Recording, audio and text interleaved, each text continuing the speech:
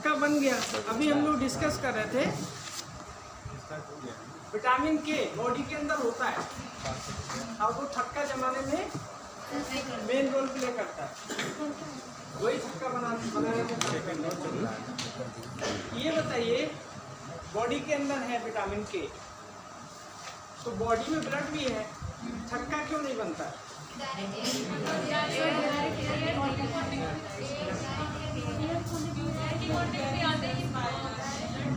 कौन से? हेपेरिन। और कोई बताएगा?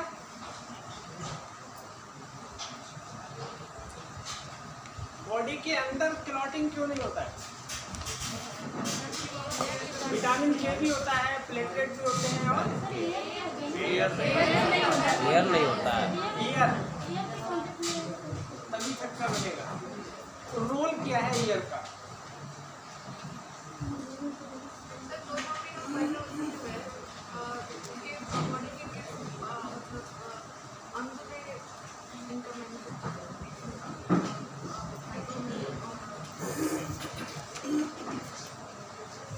अभी इन्होंने बताया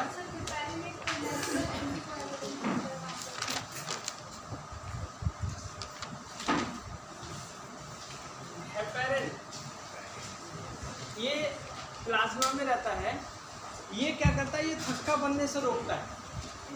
इसको एंटी क्लॉटिंग एजेंट बोलते हैं। अभी समस्या है कि दोनों चीजें अवेलेबल हैं बॉडी के अंदर, विटामिन के भी है और हेपेरिन भी है। एक क्या है कि थक्का बना के रखेंगे विटामिन के, और दूसरा क्या है बनने नहीं देंगे। हेपेरिन का बहुत इंपॉर्टेंट रोल है क्लॉटिंग में। ये क्लॉटिंग होने नहीं देता है किसी भी हालत में।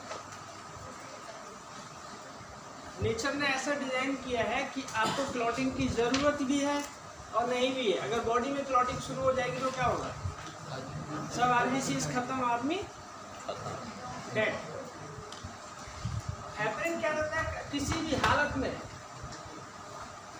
पूरी अपनी फोर्स लगा के बैठा होता है कि थक्का जमने नहीं देंगे। दिक्कत क्या होती है कि जैसे ही ये हेपेरिन एयर के कांटेक्ट में आता है, ये खुद ही मर जाता है। हेपेरिन एयर के कांटेक्ट में आने पे खुद ही मर जाता है। इसीलिए एयर का यहाँ पर रोल है हेपेरिन को मारने में। जैसे एयर के कांटेक्ट में आएगा हेपेरिन मर जाएगा। कितने लोगों ने इंजेक्शन लगवाया? सबने इंजेक्शन लगाया? नहीं, कोई भी इंजेक्शन लगाया आप लोग को? नर्स या वार्ड बॉय क्या करता है जब वो इंजेक्शन लगा रहा होता है? आप क्या देखते हैं? पहले अभी वो बैक्टीरिया वहाँ से रिमूव करता है, स्प्रिट लगता देखते हैं। वो क्या करते हैं कि सिरिंज के अंदर से जितना एयर होता है कोशिश करते हैं कि सारा निकाल दिया जाए। अगर उसमें एयर रह गया और वो आपके लगा दिया तो क्या होगा? क्लॉटिंग हो जाएगी। जो होता है ना, कभी कभी ऐसा लगता है कि इंजेक्शन लगाया उसके बाद में पूरा गांठ जैसा बन जाता है। वो गांठ क्या होता है? हेपेरिन वहाँ डेड हो जाता है और क्लॉटिंग हो जाती है इनसाइड द बॉडी। अब बताइए वहाँ इनसाइड द बॉडी क्लॉटिंग हुई है तो क्या होगा? कोई बताएगा? डॉक्टर क्यों बोलते हैं कि सिकाई करना है? ब्लड का फ्लो नहीं हो पाएगा। वो तो ठीक है, क्लॉटिंग में फ्लो नहीं हो पाएगा। डॉक्टर क्यों बोलते हैं कि सिकाई करना है? आप लोग को हम पढ़ा चुके हैं। सेल डेड होता है, उसको सिकाई करने से फट जाता है। और कोई बताएगा?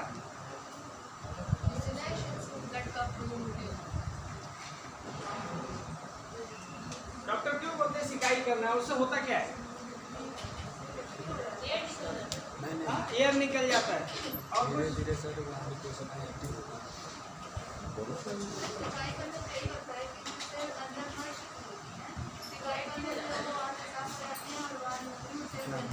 कैसे?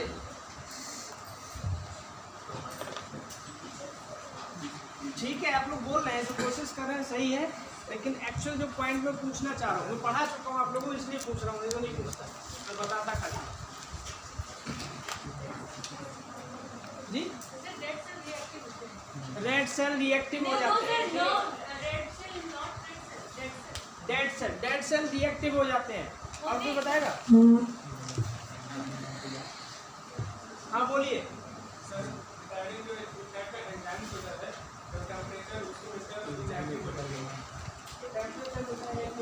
उन्होंने बोला था कि अगर आपको डॉक्टर ने इंजेक्शन लगाया, काम कर गया है, डॉक्टर कहते हैं सिकाई करना है। सिकाई करने का क्या रोल है? पढ़ा चुका हूँ इसलिए पूछ रहा हूँ। आपको मैंने पढ़ाया था लाइसोसोम क्या करता है?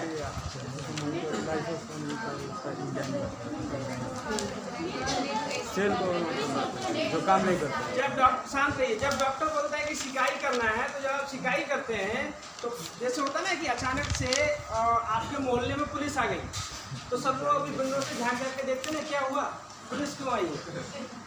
जैसे आप सिकाई करते हैं, पास पड़ोस की जो लाइव सेल्स होते हैं उनके लाइसोसोम उनको निकल के देखते हैं क्या हुआ है, और धीरे धीरे अपना थोड़ा थोड़ा हाइड्रोलाइटिक एंजाइम छोड़ देते हैं, और जो क्लॉटिंग जो डेड सेल हो चुके हैं उनको खत्म कर देते हैं। ये क्लियर हो गया? बॉडी के अंदर कल पूछा था किसी ने, बॉडी के अंदर क्यों नहीं होता है क्लॉटिंग? अच्छा, जिन्होंने पूछा था वो तो अभी आ रहे हैं।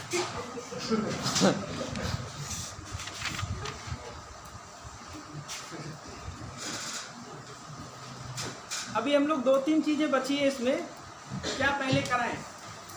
एक ब्लड ग्रुपिंग होता है, एक ब्लड ग्रुपिंग बचा है। मैंने आपको आरबीसी पढ़ा दिया है, प्लेटलेट हो गया है कंप्लीट, ठीक है। अच्छा, जो होता है प्लेटलेट में एक प्रॉब्लम है, जैसे लोग बोलते हैं ना हीमोफीलिया। हीमोफीलिया क्या होता है? बॉडी में ब्लड क्लॉटिंग नहीं होता है, कंटिन्यूअस फ्लो ऑफ ब्लड। हाँ, कट होने पे सर ब्लड क्लॉटिंग नहीं होता है। ब्लड बढ़ जाता है। सर कट होने पे सर ब्लड एक मिनट एक करके बोलिए ना, बताइए।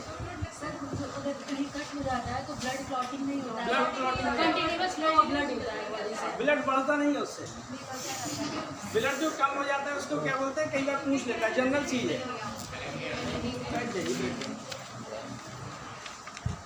हीमोफीलिया में क्या होता है, एक जेनेटिक बीमारी है। इसमें क्या होता है कि क्या नाम है, जो प्लेटलेट है और ये यहाँ पे हेपेरिन इतना ज़्यादा वो रहता है एक्टिव, वो बॉडी के कांटेक्ट ईयर के कांटेक्ट में आने के बाद भी नहीं मरता है और क्लॉटिंग नहीं होने देता है, ठीक है। तो आपको आरबीसीज हो गया, प्लेटलेट भी कंप्लीट हो गया है मेरे ख्याल से, ठीक है। ये हेमोफीलिया कई बार हेमोफीलिया जो है कई बार क्वेश्चन पूछ लेता है, हेपेरिन ज़्यादा एक्टिव हो जाता है और ब्लड को जमने नहीं देता है। इसमें क्या होता है, ये क्या नाम है, ब्रिटेन की महारानी से शुरू हुआ था। फैक्चुअल क्वेश्चन है, आपको कहीं भी मिल जाएगा। अभी तो बचा है ब्लड ग्रुपिंग, RH फैक्टर। वो नहीं, ब्लड ग्रुपिंग RH फैक्टर पढ़ा है, और WBC अभी मैंने कल मैं आपको शॉर्ट में पढ़ाया था। तो WBC कंप्लीट कर लें? दोनों में से बताइए, आज और कल में दोनों कंप्लीट करना है।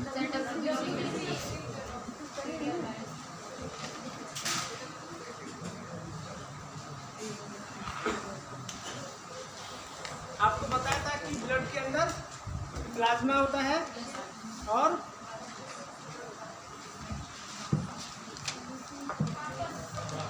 कार्पल्स होते हैं। WBC कितने तरह का होता है? 2 टाइप का WBC होता है। बताइए कौन कौन सा? ग्रैन्युअल साइट्स और ये ग्रैन्युअल साइट्स।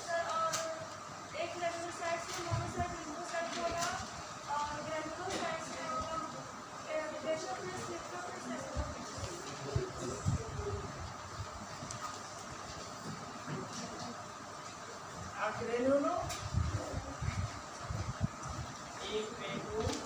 साइट्स और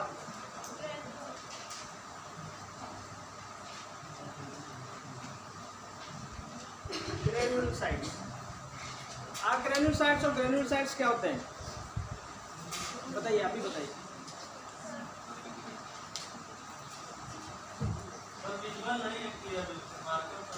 हाँ सर, मार्कर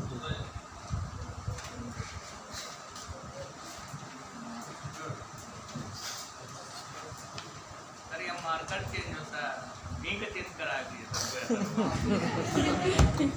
सर एक कल का ब्लू वाला वो कहाँ गया? हाँ।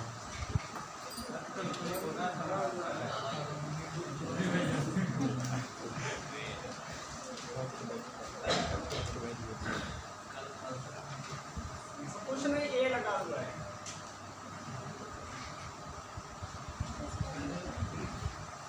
स्पेलिंग देख लेना, हम ABCD नहीं पढ़ा रहे आपको।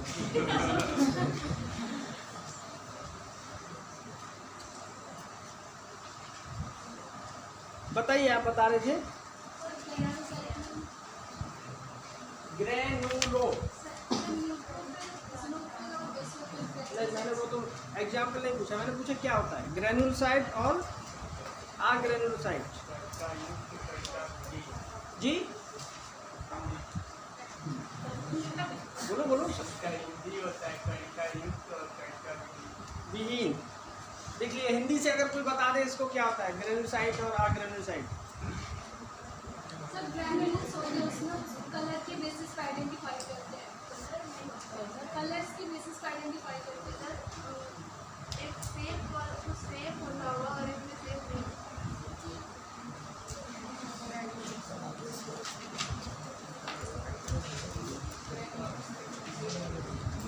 ग्रेनुलोसाइट में कलर्स के बेसिस पे देखिए, अभी हमने आपको बताया था, अब WBC का कलर नहीं होता है, कल डिस्कस कर चुके हैं हम। ग्रैन्युलस की ठीक है, हाँ, इसके अंदर क्या होता है, ये सेल है, इसके अंदर न्यूक्लियस है, न्यूक्लियस के अलावा भी कुछ होता है। हाँ, इस सेल के अंदर और क्या क्या हो सकता है? ज़्यादा चीज़ें नहीं, जनरल पूछ रहा हूँ, पढ़ा है मैंने।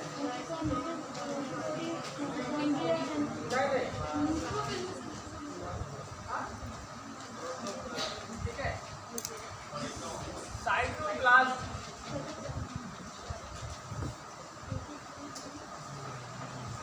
इसमें क्या होता है ग्रेनुलोसाइट्स में,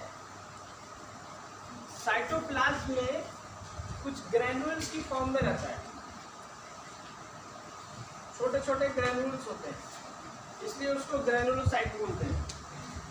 और इसमें ये ग्रेनुलोसाइट्स ग्रेनुल्स नहीं होते हैं, इसलिए उसको अग्रेनुलोसाइट्स बोलते हैं। हिंदी में बोलते हैं कि कणका युक्त और कणका विहीन। इसमें कणका होते हैं, उसमें नहीं होते। That's it.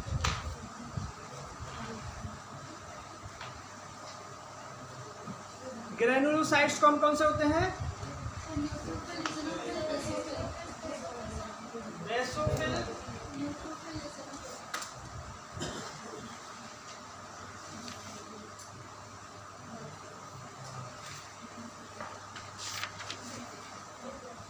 और एसिनोफिल। अभी स्पेलिंग लोग बोलेंगे EOSI, एसिनोफिल। और कौन कौन से होते हैं अग्रेनुलोसाइट्स? लिम्फोसाइट्स है,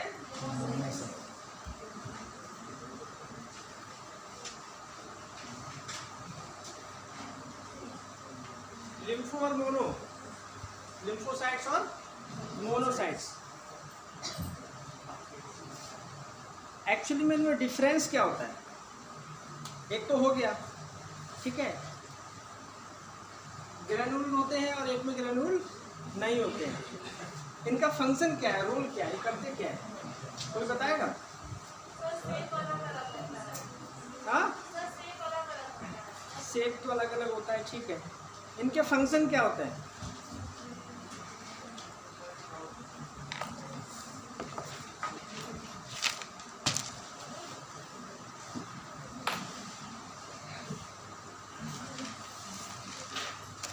चलो एक की बात करते हैं, ग्रेनुलोसाइट्स की, थोड़ा सा डीप में ले लेते हैं।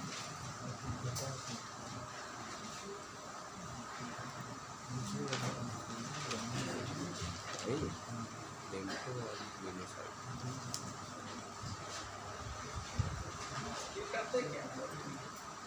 कौन कौन से थे?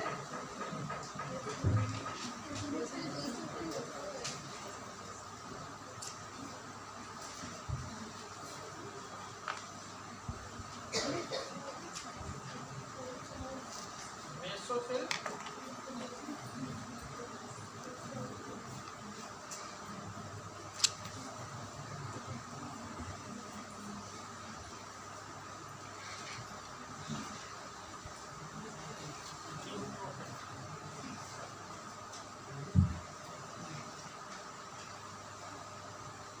इनका फंक्शन क्या है? कौन करता क्या है?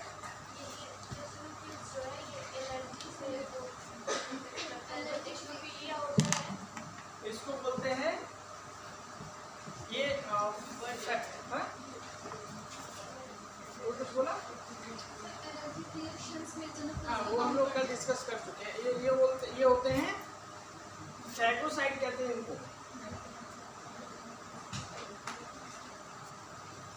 Phagocyte in nature.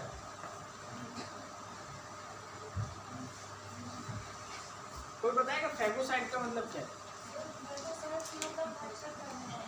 भक्षण करना।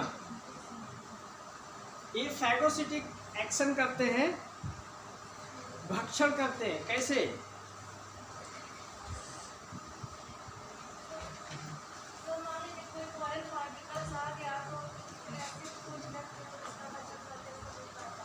कोई समझ में आया किसी को? बोला बताएगा। इन्होंने क्या बोला, समझ में आया?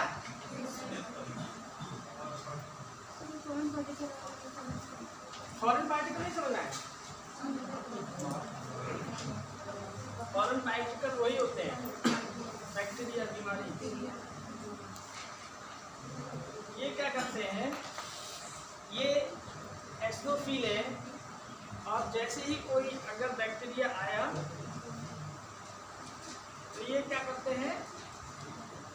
अपना साइज बढ़ा देते हैं।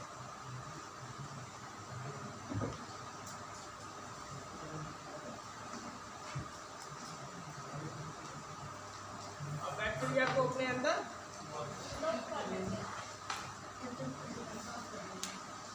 समझ में आया? बैक्टीरिया पहले कॉर्नर पे आएगा, मान लो, और आपको डिफाइन करना है तो बैक्टीरिया को इन्होंने वो कर दिया, और नेक्स्ट स्टेज में क्या करते हैं? अपने अंदर ही लेकर के उसका भक्षण कर देते हैं। ठीक है? इसलिए इनको फैगोसिटिक इन नेचर कहते हैं। ये जो प्रोसेस होता है फैगोसाइटोसिस कहते हैं। फैगोसाइटोसिस, ये जो भक्षण क्रिया हो रही है, खा रहे हैं, ये फैगोसाइटोसिस कहते हैं।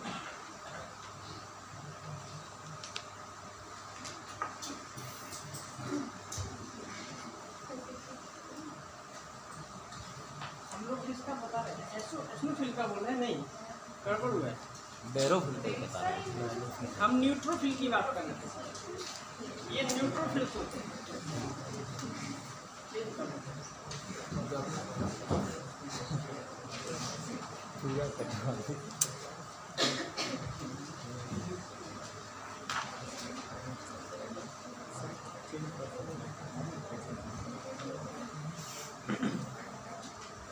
न्यूट्रोफिल, न्यूट्रोफिल होते हैं फैगोसाइटिक।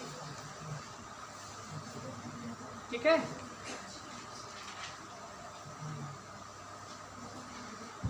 अभी दूसरा कौन सा है?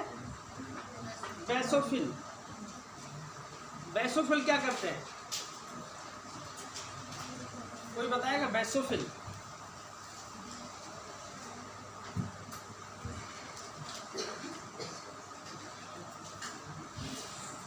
बेसोफिल का काम क्या होता है?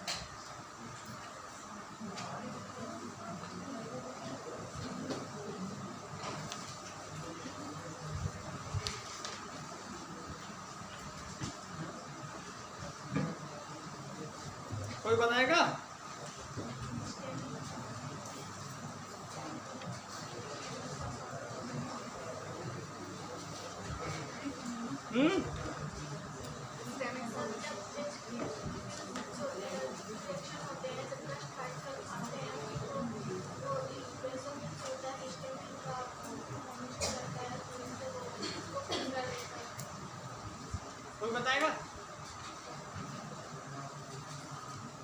वेसोफिल इन्होंने बताया कि कुछ हिस्टामिन का सिक्रेशन कर देते हैं।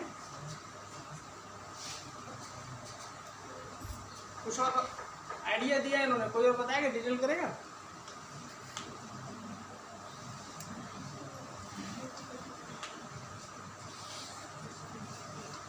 नहीं मालूम। बेसोफिल क्या करते हैं, एक केमिकल होता है, हाँ, हिस्टामिन, हिस्टामिन का सिक्रेशन कर देता है। कहाँ पे, कहाँ करता है?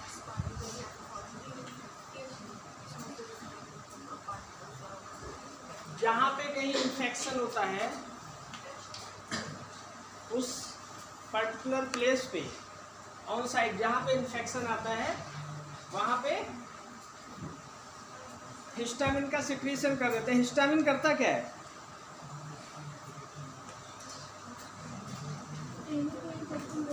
हाँ? सही कह रहे हैं,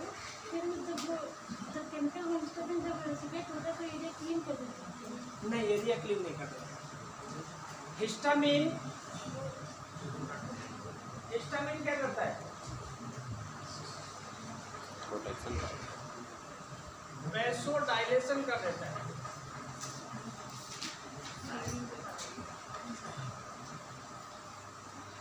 वैसोडाइलेशन की एक रिएक्शन है, हम लोग सर्कुलेटरी सिस्टम में आपको बताएंगे जब हार्ट से रिलेटेड डिस्कशन करेंगे। वैसोडाइलेशन, वैसोडाइलेशन कर देता है मतलब जो वेसल्स होते हैं उसको डायलेट कर देता है, उसका एरिया बढ़ा देता है, जिसकी वजह से वहाँ पे इन्फ्लेमेशन वाली जगह पे क्या होता है, ब्लड सप्लाई बढ़ जाती है। तो ये हिस्टामिन जो है, अच्छा पता कैसे लगता है कि यहाँ पे प्रॉब्लम क्या होती है? इचिंग वगैरह नहीं देखते हैं, इचिंग छोटे छोटे स्पॉट हो जाते हैं, वो समझ लीजिए कि वहाँ पे हिस्टामिन का सिक्रेशन हुआ है। स्नीजिंग आपको होने लगती है, उसमें क्या होता है, डॉक्टर लोग क्या करते हैं, एक एंटी हिस्टामिन दवा लिख देते हैं। आज तो सब लोग डॉक्टर हो गए हैं, क्या कोई इचिंग हो रहा है, क्या करो, सिट्रिजिन लेके चलिए, ठीक है, सिट्रिजिन है एंटी हिस्टामिन। इसमें सिंपल है, इन्फ्लामेशन बढ़ जाता है, स्वेलिंग होती है, रेडनेस हो जाती है, स्वेलिंग आने लगती है, ठीक है। एस्नोफिल, एस्नोफिल पे वैसे हम लोग डिस्कस कर चुके हैं, बेसोफिल हो गया ना, एस्नोफिल पे हम लोग डिस्कस कर चुके हैं। सर ये जर्म्स को इन्वेट करता है, लाइक वायरस एंड बैक्टीरिया। हाँ,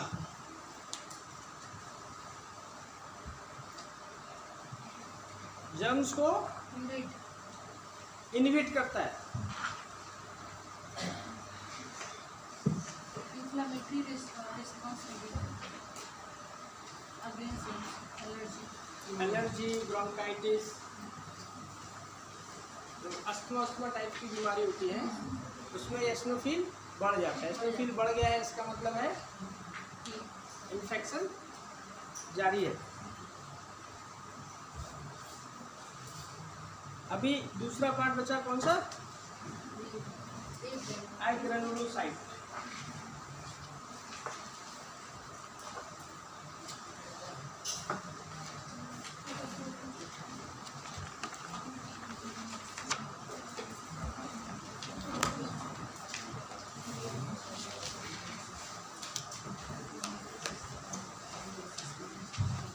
ये कौन कौन से होते हैं?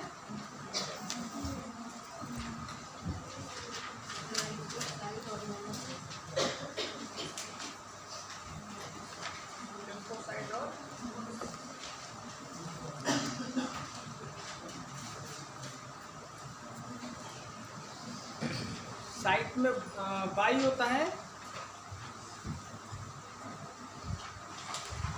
मोनोसाइट, CYTE, हमने CI लिखा है, CY होता है। स्पेलिंग के चक्कर में मत रहना, स्पेलिंग आपको बहुत जगह मिल जाएगी, ठीक है। ये क्या करते हैं, लिम्फोसाइट, बहुत ही इंपॉर्टेंट लिम्फोसाइट।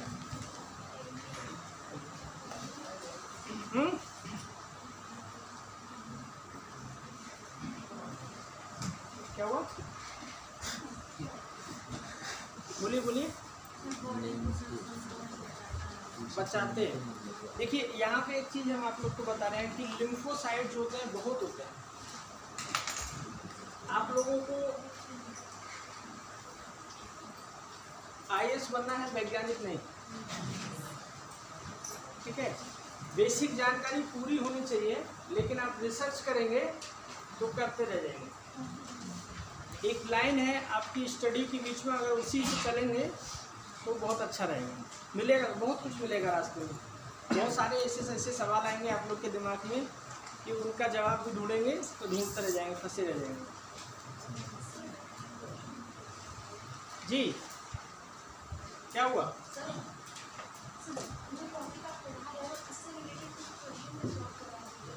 करवाएं थोड़ा टॉपिक कंप्लीट हो जाए। अभी तो आप लोग जो क्वेश्चन चल रहा होता है, पढ़ा होता है, उसी में कंफ्यूज हो जाते हैं।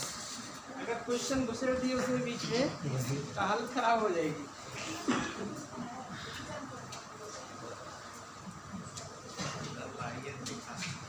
क्या हुआ? पढ़ाई नहीं?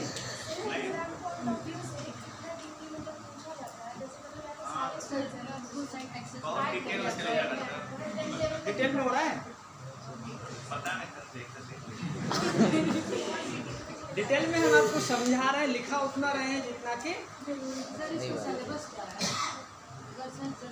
जनरल सिलेबस है। देखिए दो चीज़ों से हम इसको आपको पढ़ा रहे हैं, ह्यूमन बॉडी सिस्टम। दो वजह से, एक तो ये कि आपकी जनरल लेवल पे जो छोटे छोटे एग्जाम्स होते हैं, इवन PCS लेवल के एग्जाम में ठीक ठाक आता है इसमें से, ह्यूमन बॉडी सिस्टम और ह्यूमन साइंस में। इसके अलावा जो UPSC जो क्वेश्चन करता है वो मैक्सिमम पार्ट टेक्नोलॉजी से रिलेटेड करता है। मतलब इसमें प्रेजेंट में क्या टेक्नोलॉजी चल रहा है। सर UPSC का जो साइंस सिलेबस है उसमें अगर ब्लड का देखते हैं तो वो जो ब्लड है वो जेनेटिक्स से रिलेटेड जो पढ़ाया जाता है। हाँ, वो क्या है कि जितना भी UPSC पूछता है, UPSC मैक्सिमम टेक्नोलॉजी वाला पार्ट पूछता है। आज की डेट में लिम्फोसाइट पे क्या चल रहा है? आज की डेट में लिम्फोसाइट पे क्या चल रहा है? कोरोना है या फिर इसी तरह की कोई जो प्रेजेंट में डिसीज होती है उसमें क्या चल रहा है वो पूछता है। लेकिन अगर आपको बेसिक नहीं मालूम है तो आप वो जवाब नहीं दे पाएंगे। और अगर बेसिक मालूम है तो हो सकता है आपने एडवांस नहीं भी पढ़ा हो, एडवांस आपने केवल क्या नाम है न्यूज़ में ही पढ़ा हो, उससे भी आप उसको सॉल्व कर पाएंगे। PCS में तो कुछ भी पूछ लेते हैं। PCS से लोअर एग्जाम में तो कुछ भी पूछ लेते हैं।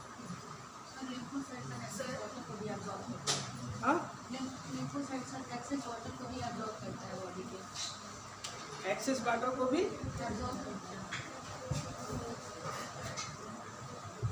लिम्फोसाइट में क्या होता है? मेन लिम्फोसाइट कितने तरह का होता है?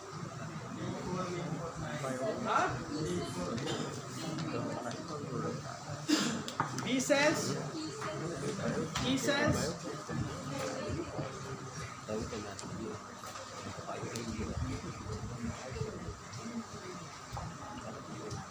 B cell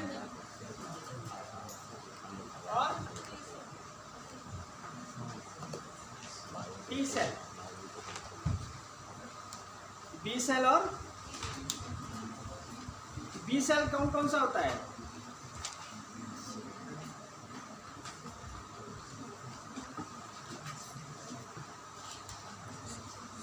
B cell कौन कौन सा होता है? B lymphocyte,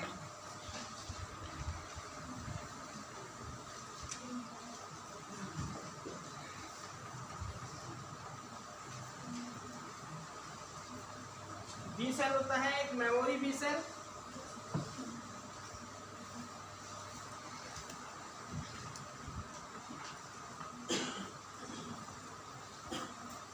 memory B cell और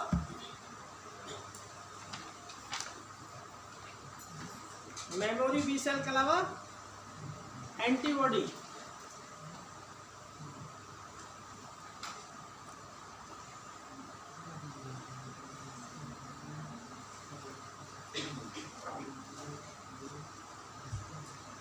मेमोरी B सेल और antibody B cell. Memory B cell क्या होता है कि जैसे आपके अंदर कोई इन्फेक्शन आता है और उन इन्फेक्शन से कैसे लड़ा गया है, बी सेल ने कैसे फाइट किया है, किस तरह का इन्फेक्शन था और उसको कैसे फाइट किया, तो उसकी मेमोरी रिकॉल रखता है।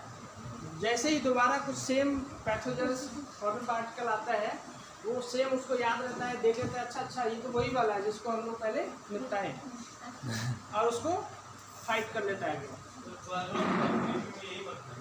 हाँ, अभी प्लाज्मा ले लेते हैं, 10 मिनट रुकिए कंप्लीट हो जाए। दूसरा होता है एंटीबॉडी। एंटीबॉडी सिंपल, हाँ प्रोटीन, एंटीजन और एंटीबॉडी। एंटीजन क्या होता है? प्रोटीन ही होता है वो। टी सेल कौन कौन से होते हैं?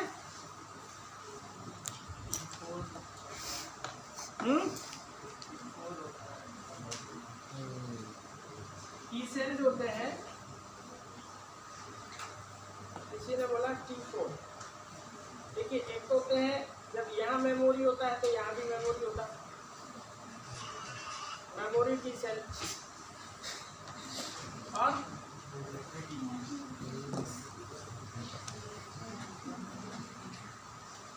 Helper T cell.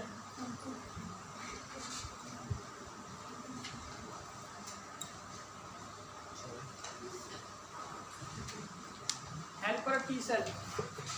Memory T cell क्या करते हैं? वही रिकॉल करते हैं, ठीक है। हेल्पर टी सेल, इन्होंने किसी ने बोला था T4, वो थे CD4 और CD। देखिए बहुत होते हैं CD4, CD8, CD10, CD34, ये सब जरूरत पड़ती है एकदम से जो डीप क्या नाम है, डीप एनालिसिस उसमें होते हैं नीट वगैरह के एग्जाम में। CD10, CD34 बेसिकली जो ब्लड कैंसर होता है उसमें म्यूटेशन CD10, CD34 का होता है, ठीक है। आपको इतना यहाँ पे हेल्पर टी सेल जो होते हैं CD4 और CD8 होते हैं। दूसरे कौन से होते हैं? एक होते हैं किलर,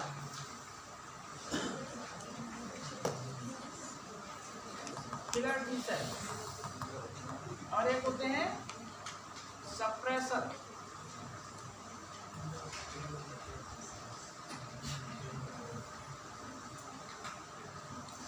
ठीक है।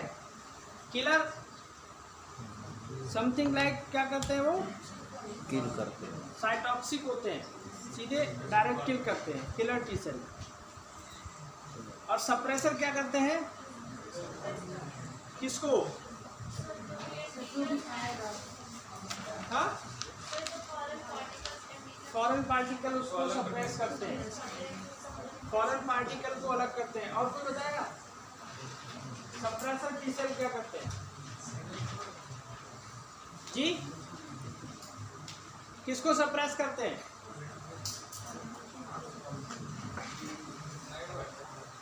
नहीं, इन्हीं सारे टी सेल को सप्रेस करते हैं। जी,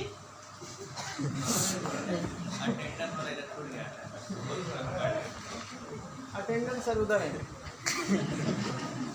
सप्रेसर टी सेल जो है, ये सारी मैकेनिज्म होती है इम्यून सिस्टम की, ये जो मैकेनिज्म होती है कैसे फॉरेन पार्टिकल आया है उस पर कैसे कैसे रिएक्ट करना है, कितना ज़्यादा एंटीबॉडी बनाना है, तब जा कर के वो रिएक्शन कंप्लीट हो। अगर मान लिया बॉडी फॉरेन पार्टिकल गया और बॉडी ने एंटीबॉडी बनाया और एंटीबॉडी कंटिन्यू बन रहा है, एंटीबॉडी अगर कंटिन्यू बन रहा है तो बाद में क्या होता है? कैंसर बन जाता है।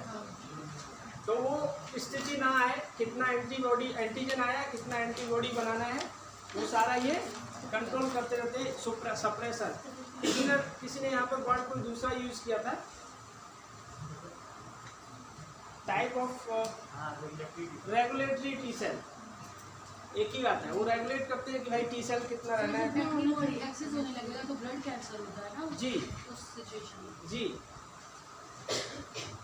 ठीक है। हाँ इसमें क्या ऐसा एग्जाम्पल हो सकता है क्या कि लीवर ट्रांसप्लांट होता है या जो हार्ट ट्रांसप्लांट होता है उसके लिए सप्रेशन टिश्यू का यूज होता है क्या, ताकि नहीं वो सप्रेशन एक अलग चीज़ है। जो आप सप्रेशन टी सेल बोल रहे हैं, अभी हम लोग जब ब्लड ग्रुपिंग RH फैक्टर बताएंगे तो वो RH वाला आप मेरे ख्याल से जो बोल रहे हैं उसको सप्रेस करके रखा जाता है, इसके क्या नाम है एंटीबॉडी डेवलप ना हो और क्या नाम है फंक्शनिंग सही से होती है। ठीक है, वो कुछ एक प्रेगनेंसी केसेस में भी होता है जो इम्यूनिटी को सप्रेस करके रखते हैं। अभी हम बता रहे हैं उसको आगे, इसको कंप्लीट कर लीजिए। बैक्टीरिया या वायरस आता है तो क्या होता है, उसको क्या बोलते हैं, पैथोजेंस, फॉरेन पार्टिकल, एंटीजन, कुछ भी बोलते हैं, एक ही मतलब है, कंफ्यूज मत होइएगा। अगर एंटीजन आता है तो क्या होता है, एंटीबॉडी बनता है। एंटीबॉडी बनेगा फिर वो तो ही करेगा सर। हाँ?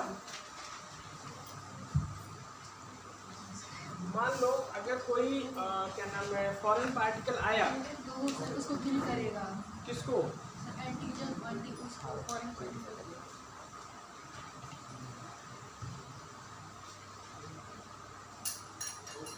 ये है एंटीजन फॉरेन पार्टिकल। इसको किल करने का क्या तरीका है, एंटीबॉडी बनता है। कैसा एंटीबॉडी बनता है, उसको किल करते हैं। जो कि इसके को मीट आउट करने का काम करे।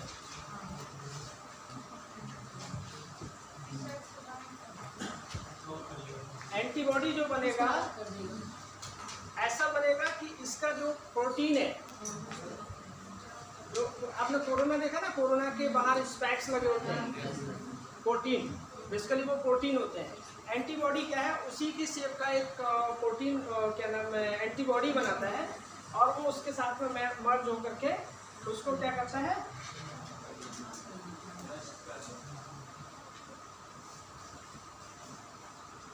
ये इसका जो मीटिंग पॉइंट था ये उसी के अंदर लॉक कर देता है उसको और वो जाकर के बॉडी में रिएक्शन नहीं कर पाता। कोरोना में आप लोग सुने हैं ना, नया स्ट्रेन आ गया कोरोना का।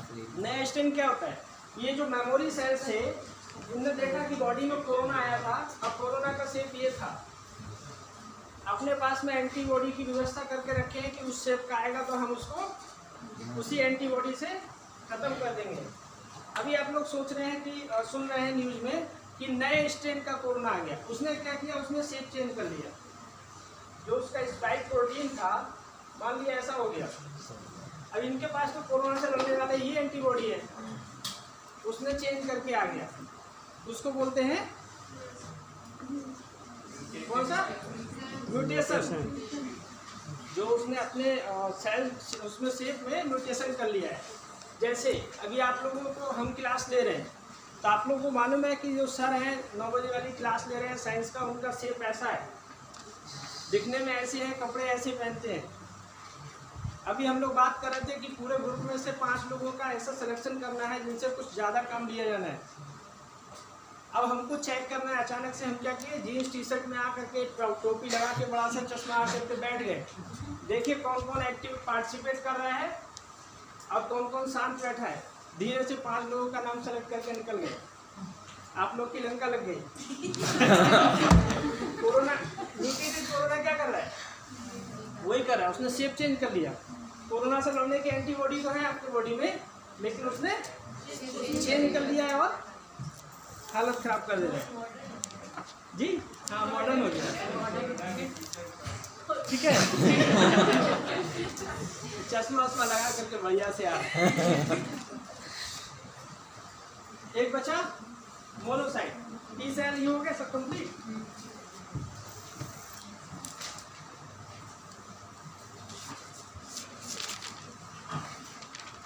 आप लोग को इतना डीप में जाने की जरूरत नहीं है, हम बता दे रहे हैं, आएगा भी नहीं ऐसे, इसको बहुत समझना पड़ेगा। कोरोना ऐसे नहीं है। बच्चा क्या था, मोनोसाइट ना,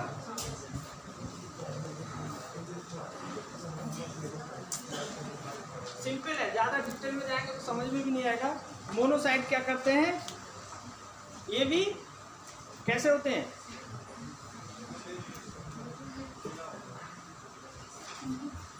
जी बताइए।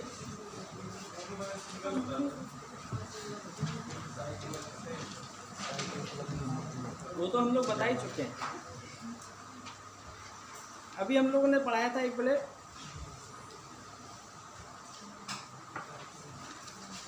ये भी फैगोसिटिक इन नेचर होते हैं।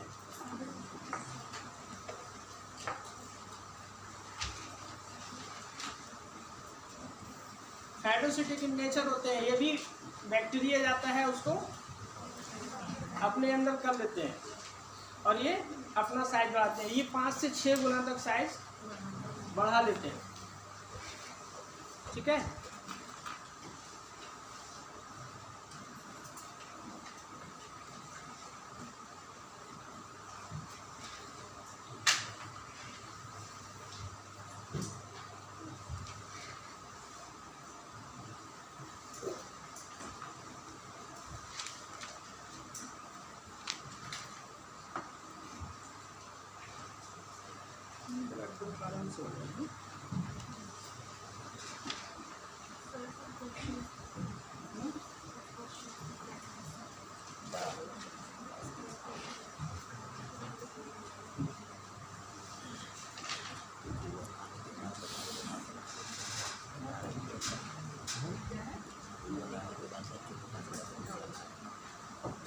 निम्नलिखित में से कौन सा एक प्लेटलेट का प्रमुख कार्य है?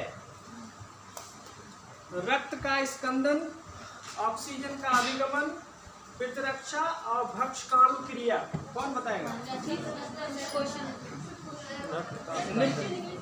इंग्लिश में नहीं है। क्लॉटिंग, सुनिए मैं बता रहा हूँ। प्लेटलेट का मेन कार्य पूछ रहा है।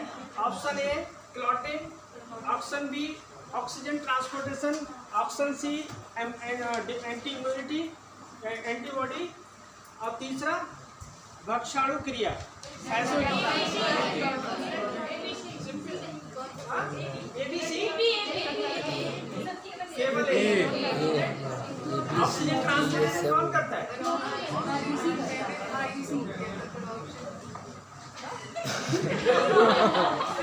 अगर बी है तो आंसर गलत है। क्यों बताइए? सर मुझे खुद नहीं पता इसलिए नहीं जरूरी नहीं है, कई बार हमसे भी गलती हो जाती है, किसी से भी हो सकती है, उससे भी गलती हुई है। सर यूपीएससी के विभाग के आंसर की से मतलब उनके ऑफिस के आंसर की नहीं दिया, मैंने भी तो वही लगाया था। सिंपल यूपीएससी के कितने सारे एमसीक्यू जो होते हैं तो गलत होते हैं, बहुत देर बाद जाकर के उसका एक्सप्लेनेशन देते हैं, आंसर की भी दे देते हैं, उसके बाद एक्सप्लेनेशन दे देते हैं कि ये गलत हो गया है।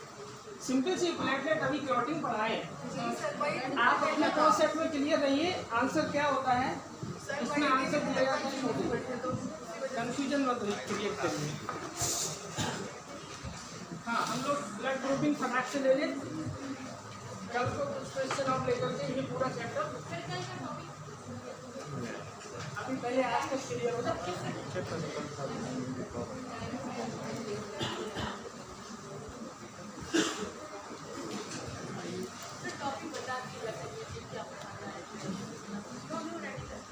मैक्सिमम कोई टॉपिक कंटिन्यू चल रहा है, टॉपिक चेंज का, वो 2 टॉपिक पढ़ाए हैं, एक सेल और दूसरा ब्लड। अच्छा प्लाज्मा भी रह गया, प्लाज्मा ही कर लेते हैं क्योंकि एक ही जैसा है चैप्टर कंप्लीट हो गया।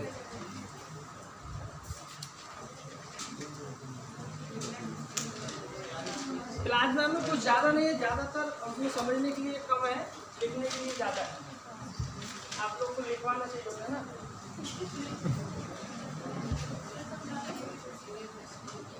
प्लाज्मा ये तो हम लोग थोड़ा सा बताए हैं, प्लाज्मा क्या होता है।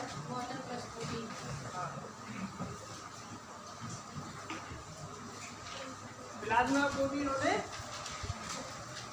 कुछ पार्ट्स में बांटा हुआ है। हाँ ये बॉडी का प्लाज्मा कितने % होता है? 60-65%, ठीक है। 60 इसमें क्या होता है, प्लाज्मा में कुछ मटेरियल्स होते हैं। क्या होता है? कुछ ऑर्गेनिक मटेरियल्स होते हैं।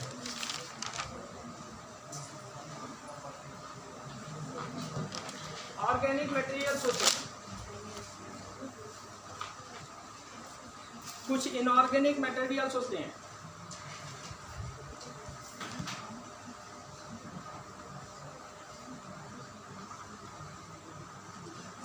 और कुछ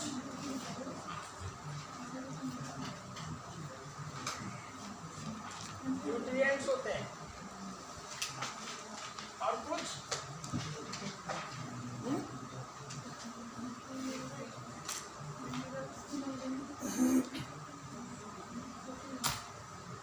कुछ हार्मोन्स भी होते हैं इसके अंदर।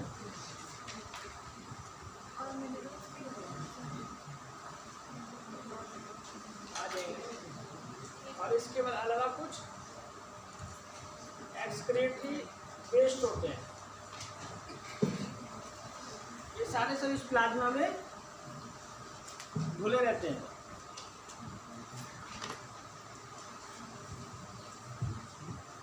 प्लाज्मा जो है असेलुलर पार्ट होता है, असेलुलर। पता है बॉडी में दो चीजें होती हैं, प्लाज्मा और रुद्राणु। जो रुद्राणु होते हैं उनको सेलुलर पार्ट बोलते हैं, और जो प्लाज्मा होता है उसको असेलुलर पार्ट बोलते हैं।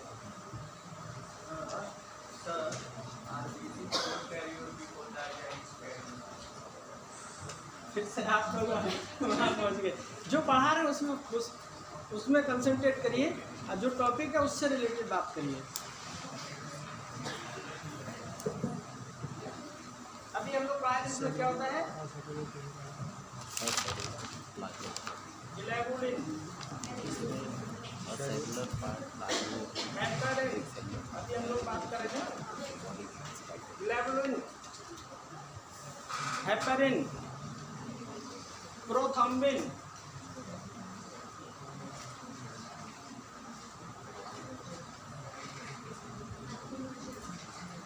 फाइब्रिन,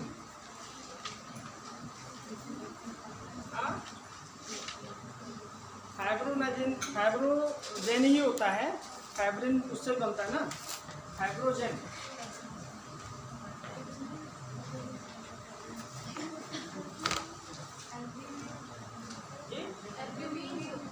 इसमें एल्बुमिन होता है, लिख लो तो होता है। तो जिनको नहीं मालूम है वो भी लिख लें, एल्बुमिन भी होता है।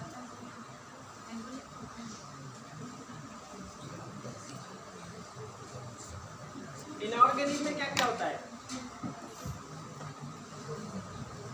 इनऑर्गेनिक में क्या क्या होता है?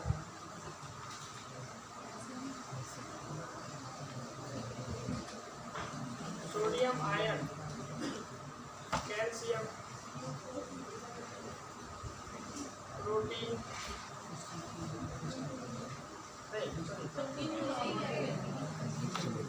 Calcium, sodium, calcium, potassium.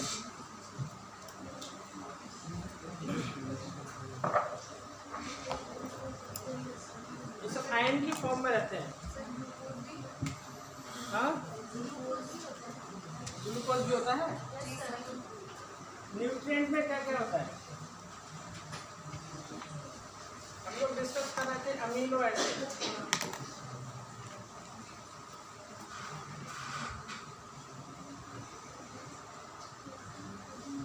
Saccharides. Saccharide कौन से होते हैं? वो न्यूट्रिएंट्स में पाए जाते हैं।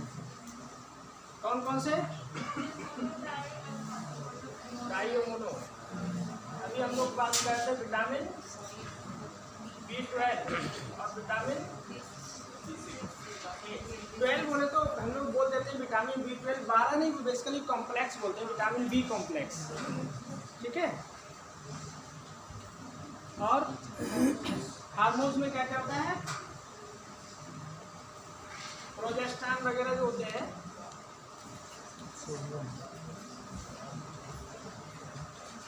प्रोजेस्टेरॉन, एस्ट्रोजन, ये सब क्या होते हैं? हार्मोन्स होते हैं। और लास्ट बताओ, एक्सक्रीटरी वेस्ट में क्या होते हैं? एक्सक्रीटरी वेस्ट क्या क्या होता है इसमें?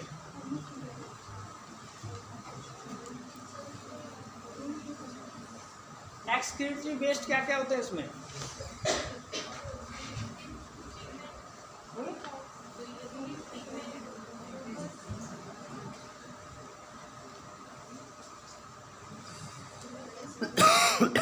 अमोनिया, यूरिया, अमोनिया तो यूरिया हो गई,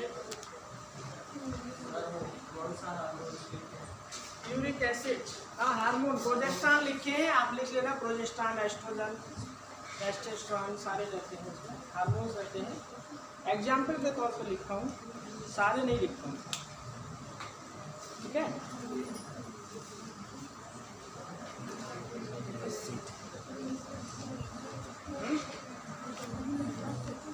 बोल दे रहा हूँ सारा, फिर से नोट कर लीजिए क्योंकि दिखेगा नहीं सबको।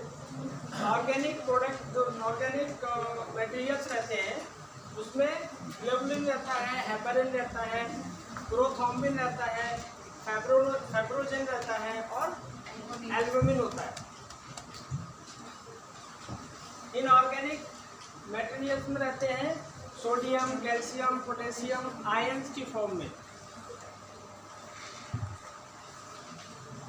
न्यूट्रिएंट्स में amino acid, saccharide, monosaccharide, disaccharide कुछ लोग बोल रहे थे, विटामिन बी कॉम्प्लेक्स और विटामिन के।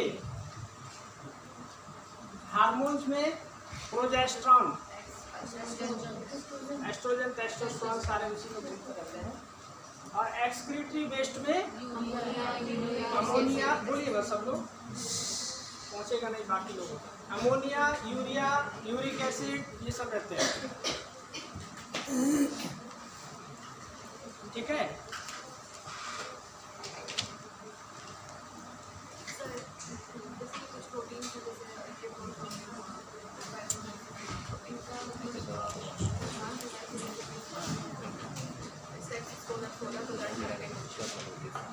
कल को लिख के आना, ठीक है। अभी हम लोग एक इस वाले चैप्टर का लास्ट वाली चीज़ ले लेते हैं, ब्लड। टाइम तो बचा है 2-3 मिनट, लेकिन जनरल चीज़ें हम लोग डिस्कस कर लेते हैं और उसके बाद में कल से उसको शुरू करेंगे। सर डाटा ट्रांसफर वगैरह संदेश स्थानांतरण होता है, उनका क्या कौन सी